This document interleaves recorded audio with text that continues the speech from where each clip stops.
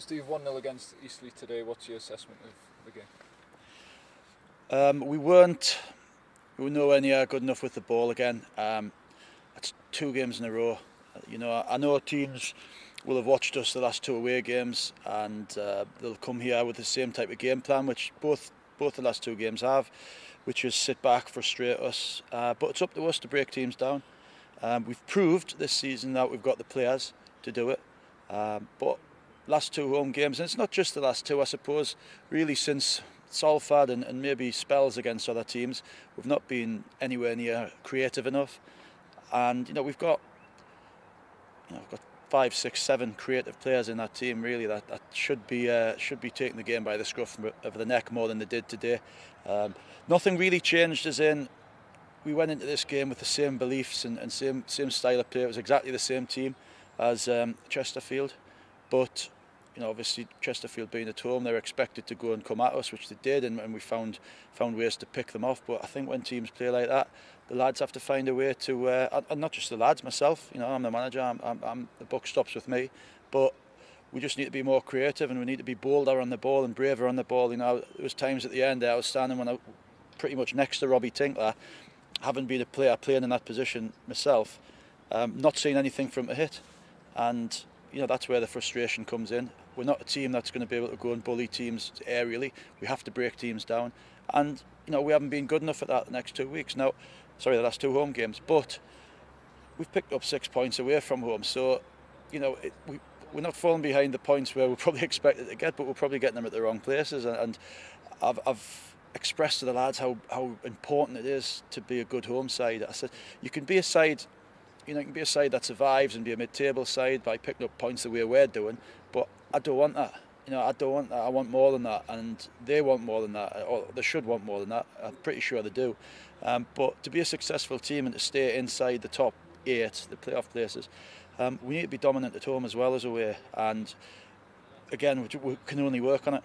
Can you put your finger on anything in particular at home that we're seeing away from home but just can't translate it, other than the sort of well-documented stuff about the stadium?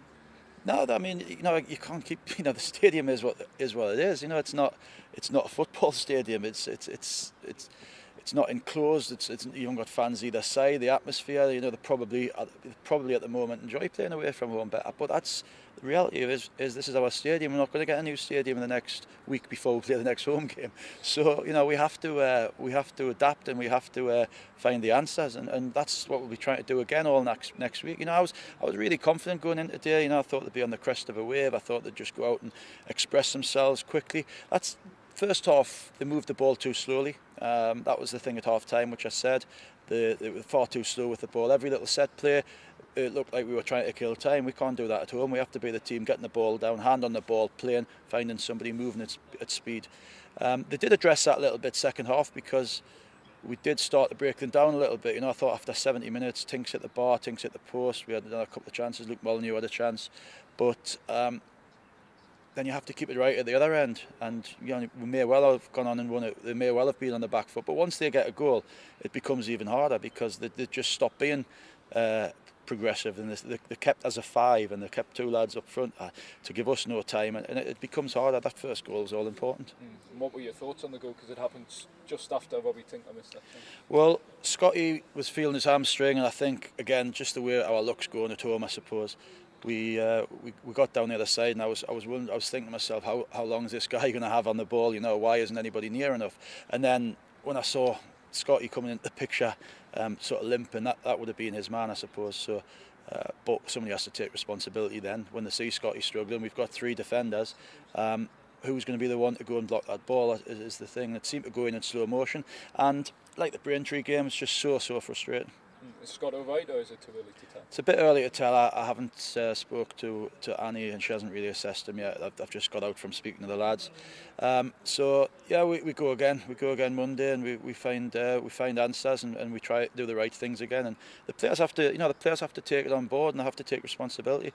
They're in a really crucial part of their careers. A lot of them, they're 22, 23, the majority of this side. If they want to get higher, they have to. They have to take on board the information I'm giving them. They have to be brave, and they have to take games by the scruff of the neck, and every single one of them has to be. I think I'm not just saying it because they they've had England call-ups, but the two best players again today were both defenders. You know, I would say Robbie Tinkler and John Mellish again were probably the two best players on the pitch. So we have to, we have to create more at home. And yeah, we today was obviously you'd miss a player of Luke Armstrong's quality, but the speed of play that we were first half, and Luke was probably the biggest miss he's been of all today. And that injury's frustrating us a bit as well, because it's took a lot longer than we thought, and there's still no guarantee he'll be right for next week. Could have been a very different game. You had two good penalty shouts in the second half. Yeah, we had one, and I didn't want to get too excited about it. And I just wanted an answer, and the ref said it was a coming together. Now, a coming together to me is two bodies colliding in the box. From what I saw, it was a hand, and a hand and a push. Isn't a coming together, it's a push in the box. We had a good shout for a penalty on Barrow, which we didn't get, but that one was a lot more of a penalty than even that one was. And then it does change the game a little bit, but that would be excuse making a little bit. We didn't do enough again, and as I say, I'll never question the energy, I'll never question the attitude, but the bravery on the ball and the ability that we've got, we should be dominating a lot more. We've got an entire week now to put it right back here against Dagenham next Saturday. Yeah, and if Dagenham have watched our last two home games, they'll come with the same game plan as the last two teams have. Frustrate us.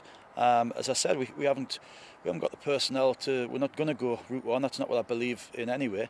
But we haven't got the personnel to do that. We have to play for. We have to break teams down with speed of thought and speed of play. As I said, and that's what we need to get through the heads this week, and get it into practice and take it into Saturday's game, because we're still in there with a great shout. I think we never really, I don't think anybody would have said we would go and sort of win the league this year. But all of a sudden the lads have to realise that there's not that many teams better than us on the day, and a great season for us would be in around the top 10 come the end of the season, when things are getting.